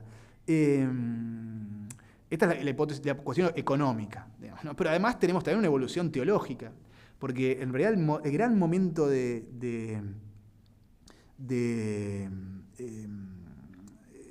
desarrollo de la teología mariana es el siglo XII. O sea, es un siglo y medio antes de Dante, que es justamente San Bernardo de Claraval, va a ser uno de los grandes teóricos, junto con Guillermo de Saint-Thierry y otros, grandes teóricos de la figura de María. Y que evidentemente María va a ir adquiriendo cada vez más, para la teología latina, una centralidad que la va a llegar a convertirse, digamos, prácticamente en una, no en un par ciertamente, pero en una figura inmediatamente, que es para lo que es para Dante explícitamente, inmediatamente inferior a Cristo, ¿verdad? Y que en realidad es más cercana a nosotros, por lo tanto para nosotros es casi es una vía, digamos, de acceso a lo divino más inmediata que la que es Cristo o Dios Padre, obviamente, ¿no? Ahora bien, cuando Dante escribe la Divina Comedia, digamos, en el primer cuarto del siglo XIV, tiene a sus espaldas toda la gran tradición ya de un siglo de más de un siglo de literatura provenzal, que es importante y que le da un lugar muy importante a la mujer, además con algunas de las poesías también escritas por mujeres. Pero por otra parte, tiene toda la lírica producida en la península itálica. La lírica, primero siciliana, producida en la corte de Federico II, que es una lírica profundamente filosófica. La lírica italiana nace bajo el signo de la filosofía. ¿Y qué es lo primero que discute? Cuando en esta época se inventa el soneto, en la corte de Federico II. Y cuando se inventa el soneto, ¿de qué hablan los primeros sonetos? Pues de la naturaleza del amor. ¿Cómo hablan? En términos, digamos, de fogue amoroso. No, hablan en términos filosóficos. Un amor como una sustancia, accidente, digamos, son términos técnicos que solo un universitario puede comprender. Luego, entonces Dante tiene a sus espaldas toda esta tradición, obviamente la experiencia en la cual él mismo ha participado, del Dolce Stil Nuovo, para el cual una de las características centrales del Dolce Stil Nuovo es una invención del Dolce Stil Nuovo, es la invención de la Donna Angelo, es decir, la figura de una dama que tiene la función de un ángel. ¿Qué es el ángel? El ángel es la figura que comunica lo humano y lo divino. Comunica lo humano y lo divino. Pues la mujer empieza a ocupar, ciertas mujeres, no la mujer, las damas, que no es lo mismo, y la distinción está también en el lenguaje dantesco, ¿no? Unas son fémine, otras son donne. Las fémines son mujeres simplemente, digamos, ¿no? Digamos, el sexo femenino. Las damas son otra cosa, ¿no? Como entre hombre y caballero, digamos, también que no es lo mismo. Entonces empieza esta mujer ángel. Beatriz, en principio, es una donna angelo, pero luego va a ser una donna angelo que va a trascender completamente y que va a tener a las otras figuras de damas ángeles de los poetas del Dolce Stil Nuovo.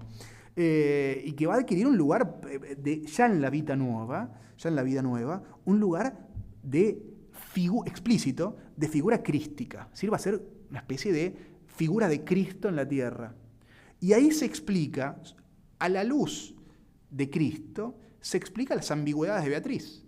Porque Beatriz, vamos, ¿cuál es una de las paradojas? Yo diría un escándalo de la religión cristiana. Si nosotros vemos los mitos de las religiones paganas, ¿no? De los dioses griegos, qué sé yo, Hesíodo, pongamos, la teogonía,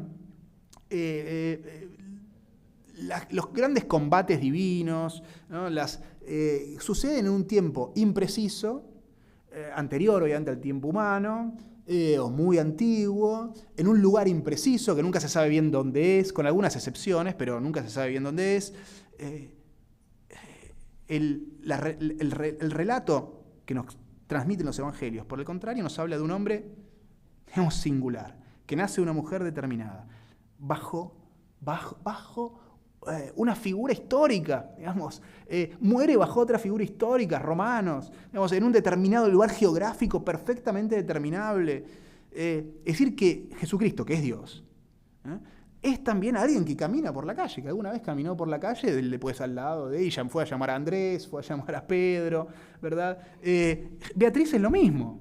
Beatriz es lo mismo, tiene esta doble naturaleza. Es decir, Beatriz tiene todo este aspecto divino que representa, indudablemente, como vieron ya los primeros comentadores, la fe, pero a su vez es una señorita que camina, que luego será una señora porque se va a casar con otro, obviamente, que no es Dante, con Simone dei Bardi. Se va a casar, va a tener su vida, ¿no? Pero esto es algo propio de la religión cristiana, es algo propio de la fe cristiana, esta capacidad de conciliar, digamos, un dato históricamente indudable, porque Beatriz existió de verdad. Beatriz existió de verdad, sabemos que se casó, que nació en tal fecha, murió en tal otra, pero a su vez para Dante, la conocían los demás, digamos, Boccaccio cuenta su historia en su biografía de Dante, que es preciosa, pero a su vez tiene todos estos otros aspectos y muchos más, pero siempre todo en esta línea que acabamos de ver, ¿verdad?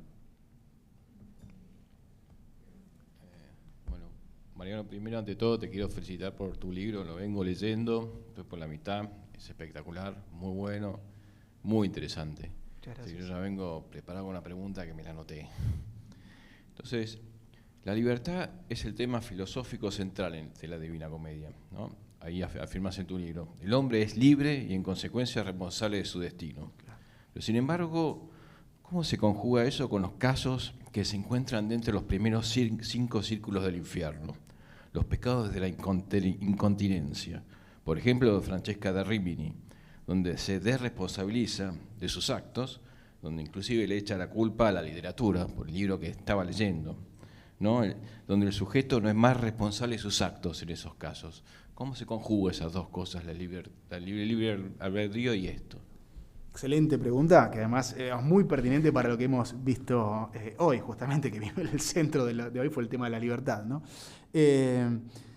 Claro, primero hay que tener en cuenta que en la Divina Comedia el personaje Dante va teniendo una clarísima evolución moral e intelectual.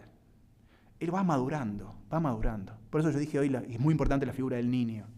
Dante empieza siendo un niño y va a terminar siendo un hombre. ¿Qué es lo propio de los niños? ¿Qué es lo que caracteriza a los niños? Y no son responsables, ¿verdad? Los niños dependen en gran medida del padre. Cuanto más chicos son, es más evidente, ¿no? Que hay que decirle que no a cosas que se lastimarían, se lastimarían realmente, ¿no? Pero no son conscientes, no miden las distancias, ¿no? ¿Verdad? Pues en el plano moral nos pasa lo mismo a todos nosotros. No importa que tengamos 60 años, 40 o 30, ¿verdad? En el plano moral podemos ser niños. ¿En qué consiste ser niños? En no querer ser responsables, en no reconocer la propia responsabilidad. Por eso no es casual que el primer pecador que Dante encuentra en el infierno, que es ese personaje fascinante que es Francesca da Rimini, del cual todos como lectores nos enamoramos del personaje, porque es un personaje realmente extraordinario, cómo habla, la delicadeza, digamos, la belleza de lo que dice, además porque nos toca en un punto que en cierto modo nos toca a todos de un modo u otro, es decir, que es el amor sensual, ¿verdad? Es decir, y quien no ha tenido en algún momento o en la adolescencia o después una cierta pasión, ¿verdad? ¿Y qué hace Francesca? Le intenta convencer a Dante, y lamentablemente convence a muchos de sus lectores, en particular los lectores modernos del siglo XIX en adelante, porque antes Francesca se vista como una pecadora, luego de fines del siglo XVIII se empieza a ver como una víctima, ¿verdad? Que es como la ley Borges, por ejemplo, entre nosotros, o Victorio Campo. Victorio Campo no tanto. ¿Qué hace Francesca? Se desresponsabiliza. Dice, no, yo no era responsable de mis actos. Yo estaba tomada por la pasión. Por eso en esos 3 tercetos estupendos que empiezan todos con la palabra amor, dice, amor canullo amato, amar perdona.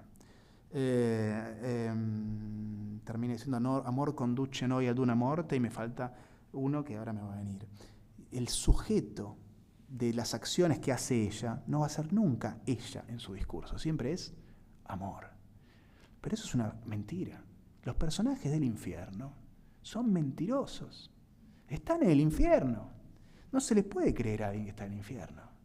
Y eso es algo que es clave para entender la Divina Comedia. Y que muchos lectores modernos lamentablemente no entendieron. Muchos lectores brillantes, por otra parte, ¿no? El último, von Balthasar, que es el último que leí, aunque no entiende este punto, no entiende que mienten estos personajes. Efectivamente, Francesca está mintiendo. Y eso los primeros comentadores lo ven con total claridad, ¿no? Entonces, en ningún momento el ser humano, hombre o mujer que sea, pierde su libertad. En ningún momento. Aún encerrado en un calabozo, como Ugolino, dispuesto condenado a muerte por inanición, junto a sus hijos, Ugolino, ¿qué hace? Ve a sus hijos morir uno detrás de otro, siempre en silencio, como una piedra. La imagen de la piedra es importantísima, porque es la imagen del pecador, del corazón de piedra, congelado. Y luego se larga a llorar sobre sus cadáveres, ¿verdad? Y pues muere de inanición. Pero ¿qué podría haber hecho Ugolino? Bueno, podría haber rezado. Perfectamente podría haber rezado. En vez de estar como una piedra mirando a sus hijos que lloran y se desesperan, y haberlos condenado a la desesperación, haberlos ayudado a la desesperación, pues podría haber rezado, podría haber muerto en santidad, ¿verdad? O sea, podría haber muerto como otros pecadores en el purgatorio, Bonconte de Montefeltro, por ejemplo, podría haber muerto con la voz la palabra de María en los labios, y no estaría donde está. Entonces, Francesca lo mismo. Francesca en todo momento, mirá que Francesca hizo de todo para estar donde está. Y lo dice, sin querer ella dice lo mismo, digamos, ¿no? Primero estuvo sola con un joven que la traía, que era el hermano de su marido, su cuñado. se ponen a leer un libro erótico, porque se ponen a leer el libro que leen es el Lanzarote del Lago, que es un libro de amores adúlteros, o sea, es un libro de erotismo, digamos, ¿no? Es como si hoy nos pusiéramos a leer con una pariente que además nos atrae, de más o menos la misma edad, solos, en una habitación, uno del lado del otro, pegado cuerpo con cuerpo, no sé, las 50 sombras de Grey, ¿verdad? Es un libro erótico, ¿verdad? Y por ahí te va a venir la imaginación de llevar, el deseo de llevar a la realidad lo que estás leyendo, que es exactamente lo que le pasa a Francesca. Francesca lee, Pablo y Francesca leen el beso, cómo se besan en el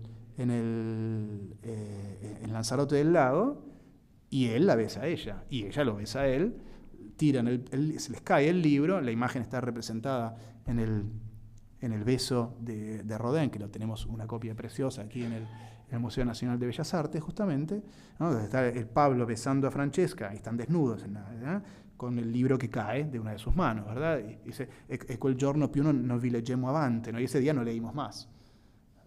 Ella se podía haber arrepentido en cualquiera de esos momentos, fue siempre libre, porque la voluntad humana, la voluntad y el intelecto, que son las dos facultades del alma intelectiva, que es el alma que crea a Dios directamente, están por sobre mi cuerpo, que pertenece a la naturaleza. Por tanto, yo siempre, mi voluntad, siguiendo a mi intelecto y no siguiendo a mis pasiones, señalo arriba y abajo porque es esa, digamos, la tripartición, digamos, del alma que está en relación con, que ya Platón, digamos, había señalado, siempre podría haber sido libre. O sea que todos esos pecadores, los de incontinencia, o mucho más, digamos, los de fraude como Ugolino, siempre podrían haberse salvado si se hubieran arrepentido, cosa que no hicieron en ningún momento. ¿Comentario? Sí, sí, claro. Para ayudarlo, yo soy filósofo y acá hay algo que he notado en toda la exposición y pido que me ayude, que en Dante noto una gran herencia por los franciscanos, y ahí lo ubico el gran teólogo junto con Santo Tomás del siglo XIII, franciscano, San Buenaventura. San Buenaventura, que es platónico agustiniano, sí. Y acá lo que noto en la Divina Comedia, y digo algo, no he leído la Divina Comedia, algunos pequeños versos, noté demasiada injerencia sobre el intelecto, cosa que hacen los neoplatónicos, y poco sobre la voluntad, que es algo que se incorpora con el cristianismo por la filosofía realista de los padres de la Iglesia, sobre todo, que se desarrolla en la Edad Media, sobre todo con Santo Tomás de Aquino y San Buenaventura. Entonces, ¿a qué voy con esto? Y acá la pregunta suya. Que se habla mucho del intelecto y las pasiones y no de la voluntad. O está supuesta, pero sería bueno la explicitación de la misma, no lo noto en el Dante, y me remito a lo que usted estuvo comentando, no estuvo en la otra charla, donde a veces se pone la carga en las pasiones desordenadas, y las pasiones desordenadas en realidad son una consecuencia de una mala voluntad. Y acá, hablando del tema de la libertad, es cómo se subestima el tiempo. ¿En qué sentido? En que uno no es bueno por un acto bueno, ni malo por un acto malo, sino que es porque muchas veces durante el tiempo en esta vida ha hecho muchos actos malos hasta llegar a estar viciado, o bueno para llegar a la virtud.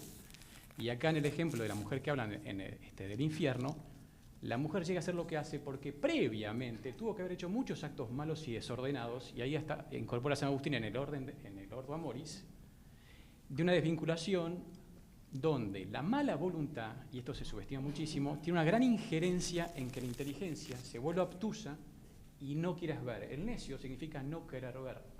Ponete el micrófono. No querer ver. Eso significa que en el fondo es impresionante esto en nosotros, que si no tenemos una buena voluntad, no vamos a poder ver aquello que estamos llamados a ver. Y ahí voy a otro tema, que es, no es que uno se tiene que guiar por el intelecto, sino que sea la verdad la que guíe el intelecto para que ella le muestre al hombre qué combate tiene que hacer para justamente dejarse ordenar por la verdad y la caridad divina, para que la voluntad sea reforzada, porque esa mujer comete todo lo que comete por debilidad de voluntad, por un desorden previo. Y por eso sigue cometiendo actos cada vez más perversos, hasta llegar a una perdición total, que la lleva a caer en la gran trampa de la desesperación y no ver que pueda ser redimida. Porque el problema que tenés ahí es que es la famosa frase, que el hombre se vuelve, como decía Protágoras, la medida de todas las cosas. Pero para llegar a ese punto tan extremo es porque vos tuviste durante mucho, mucho tiempo haber siempre hecho lo que a vos te pareció y nunca tener la realidad natural como fundamento de tu proceder. Acá lo que noto, y no sé si es así, en el Dante veo a veces un neoplatismo implícito que a veces se subestima la voluntad y la injerencia tremenda de la voluntad en nuestro proceder y la salvación potencial de nuestra alma por parte de la Trinidad. No sé si eso, si ayuda en algo, pero veo que, no veo, y eso me pregunto si es herencia de San Bernardo, y más bien de los franciscanos, que en Santo Tomás, en el acto de ser, que descubre a nivel, es el gran desarrollo filosófico, ahí es donde yo veo que el acto de ser que descubre Santo Tomás es, si el ser humano no acepta la realidad, no puede conocer y amar realmente lo que está llamado a conocer y amar, que es aquello que está detrás de la realidad, que es la misma Trinidad. Y sí. Si vos no estás bien anclado en la realidad, empezás a perderte. A ver, la filosofía de Dante es extra. Sí, no, igual Dante.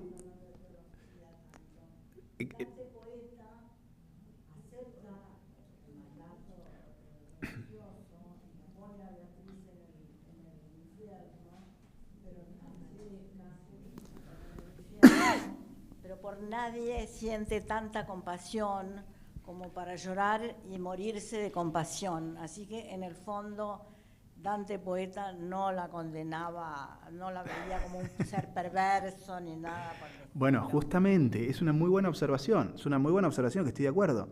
Pero ¿quién es el Dante que cadi come corpo morto cade? O sea, que se desmaya al final del canto luego de haber escuchado esa extraordinaria narración que hace Francesca de su caso. Es un Dante muy inmaduro. Es el Dante que acá es el primer personaje con el que Dante se encuentra. Un personaje, el Dante, que recién está empezando su camino de maduración. Es decir, él mismo es inmaduro y está muy cerca el personaje. Es verdad eso, es verdad lo que usted dice. Pero él está muy cerca de esa situación que la llevó y de esas creencias falsas que la llevaron a Francesca al infierno. Por eso es muy importante algunos pasajes que vimos hoy, donde Beatriz le dice a Dante, y antes Virgilio le dice a Catón, siempre hablando de Dante, que él estuvo a punto realmente de terminar en el infierno. Entonces, el Dante personaje que empieza su viaje infernal es un Dante que está muy cercano a un personaje como Francesca, que por otra parte está muy cercano a sus ideas poéticas y a la tradición, porque ella incluso cita o parafrasea un verso mismo de Dante, ¿verdad? Y cita versos que están entre las influencias de la propia poética dantesca. Por eso hay que ver la Divina Comedia como un viaje, justamente, que es lo que es, y por lo tanto hay que verla en términos dinámicos. El personaje que empieza el viaje no es el mismo que el personaje que termina, porque es un personaje, el que termina, que ya ha pasado por todas esas pruebas que tenía que pasar. Y esas pruebas eran tan difíciles, algunas, que en 2 ocasiones Dante quiere volver. Dante siente, en 3 ocasiones, Dante siente que no puede seguir adelante. Al principio del viaje, lo vimos la clase pasada, ¿no? Cuando anochece en el Viernes Santo, en el canto 9, frente a las murallas de la ciudad de Dite, que separan los pecados de incontinencia de los pecados de fraude, o sea, los pecados en los que solamente hay un desorden de las pasiones, un entregarse a las pasiones de aquellos en los que interviene la inteligencia, ahí Dante se atemoriza y le pide a Virgilio que quiere volver, y tiene que bajar un ángel para abrir las puertas del infierno. Y luego, frente a la muralla de fuego, al final del purgatorio, que Dante también ahí dice, no quiero seguir más adelante, vuelvo, regreso. De modo que hay que tener en cuenta eso, ¿no? Si nosotros aquí Victorio Campo tiene unas páginas muy lindas sobre esto. Si nosotros nos identificamos con Francesca, es porque aún no hemos ido más allá del nivel de Francesca. Así que nos queda este libro, en cierto modo, es como una guía para nuestra vida. Esto es explícito, no es una idea mía. De modo que nos queda ir transitando más allá de ese primer estadio, que es falso, que es falso de toda falsedad. Termino. Por eso Beatriz, lo vimos hoy, le dice a Dante que él se perdió siguiendo falsas imágenes de bien, que no dan lo que prometen. También Francesca se perdió siguiendo falsas imágenes de bien. Respecto de toda la filosofía de Dante es muy compleja. Tiene aspectos franciscanos indudablemente. Su religiosidad es muy franciscana, vinculada, digamos, a los franciscanos espirituales, a los llamados fraticelli. Pero en la cuestión del libre albedrío, Dante sigue muy de cerca a Severino Oesio, el libro quinto de la Consolación de la Filosofía, y a Santo Tomás de Aquino.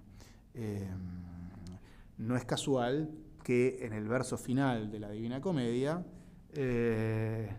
las dos palabras que aparezcan sean deseo y voluntad. Velle es voluntad en latín, ¿verdad? Y que justamente están en armonía con el amor, que es el amor divino, ¿no? Que es Dios. En fin, eso sería un tema fascinante, obviamente, para otra. Claro. Algo que me intriga, porque por ahí. el autor de esta magnífica obra le puso al protagonista principal su nombre. Bueno, es un tema fundamental. O sea, ¿por qué Dante se puso a su protagonista principal el nombre Dante? Porque es el mismo. Porque de hecho, esto es un pasaje obviamente que no leímos, cuando Beatriz, ¿cuándo sabemos que Dante es Dante? Lo sospechamos desde un principio, digamos así, cuando dice yo, obviamente. Pero podría haber sido otro yo, evidentemente. O sea, podría haber sido una construcción, ¿verdad? Literaria. Pero hay un momento que es indudable que Dante es Dante, que es cuando Beatriz lo llama a Dante por su nombre, y le dice Dante. Le dice Dante. Y Dante, escritor, comenta, y ahora escribo mi nombre porque así me lo dijo Beatriz y lo escribo por necesidad, ¿verdad?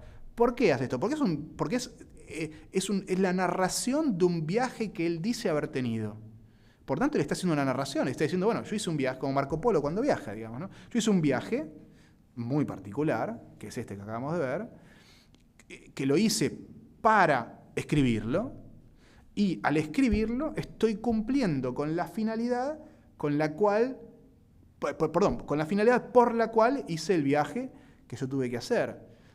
Esto, de todas formas, el hecho de que Dante autor, se ponga a sí mismo como personaje real, o sea, realista, no simbólico o alegórico, sino real del libro, pone una serie de problemas. ¿Cuál es la serie de problemas? Que si es verdad lo que Dante dice de sí mismo en este libro, entonces el Dante que escribe este libro es un autor infalible. ¿Por qué es infalible? Porque no tiene ningún pecado. ¿Por qué no tiene ningún pecado? Porque, por lo que vimos hoy, le fueron perdonados todos los pecados, le bebió de las aguas del leteo y las aguas del Eunoé, o sea, olvidó sus malas acciones y recuerda todas sus buenas acciones, atravesó todo el paraíso, penetró en la luz divina y vio todos los misterios. Ergo, quien escribe este libro es un autor infalible como los profetas. Por eso decía que es literalmente un libro profético. Y que Dante creía esto de sí mismo, lo sabemos porque él mismo lo dice en el canto, al principio del canto, lo dice de un modo sibilino, o sea, que hay que interpretarlo. Al principio del canto 19 del infierno, donde Dante comete un sacrilegio que solamente un profeta podría cometer, que es romper un objeto sagrado, esto es romper un batezzatoio, como si una pila bautismal. Las pilas bautismales antes no eran, digamos, como son ahora playas y chiquititas, sino se hundía a los niños era un bautismo por inmersión.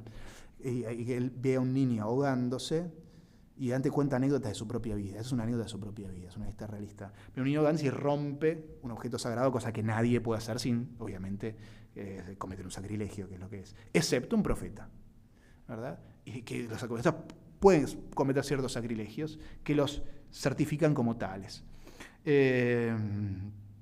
él hace esto y además en el canto, al principio del canto 25 del Paraíso, él dice: «Se mai continga che il poema sacro, al quale ha posto mano e cielo e terra, vinca la crudeltà che ormai mi serra dal bello vilo v'io son nato anielo, con altra voce ormai, con altro bello, ritornerò poeta». Dice, y la importancia del principio, dice, si alguna vez sucediera que el poema sagrado, así llama Dante a su propio poema, y es la segunda vez que lo hace 2 veces, una en el canto 23, otra en el 25, siempre en el Paraíso. Si alguna vez sucediera que el poema sagrado, es indiscutible, Dante no llama su obra Divina Comedia, lo llama poema sagrado en el Paraíso.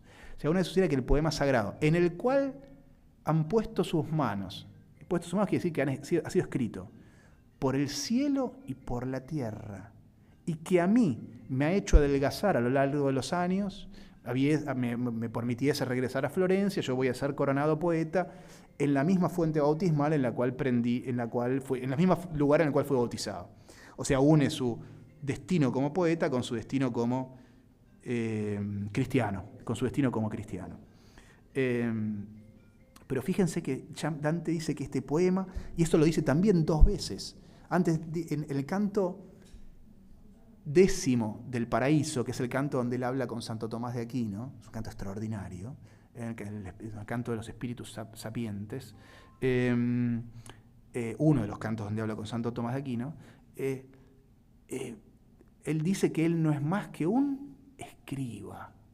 ¿Qué es un escriba? Alguien que escucha lo que otros le dictan y escribe, pero él no es el autor del libro. ¿Por qué? ¿Quién es el autor del libro si él es el escriba? Lo dice explícitamente Dios.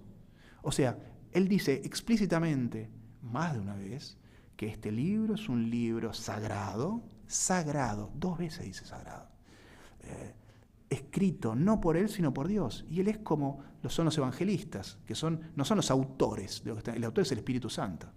Acá es lo mismo. Bueno, eso nos está hablando de la idea que Dante tenía de sí mismo del libro que él estaba escribiendo.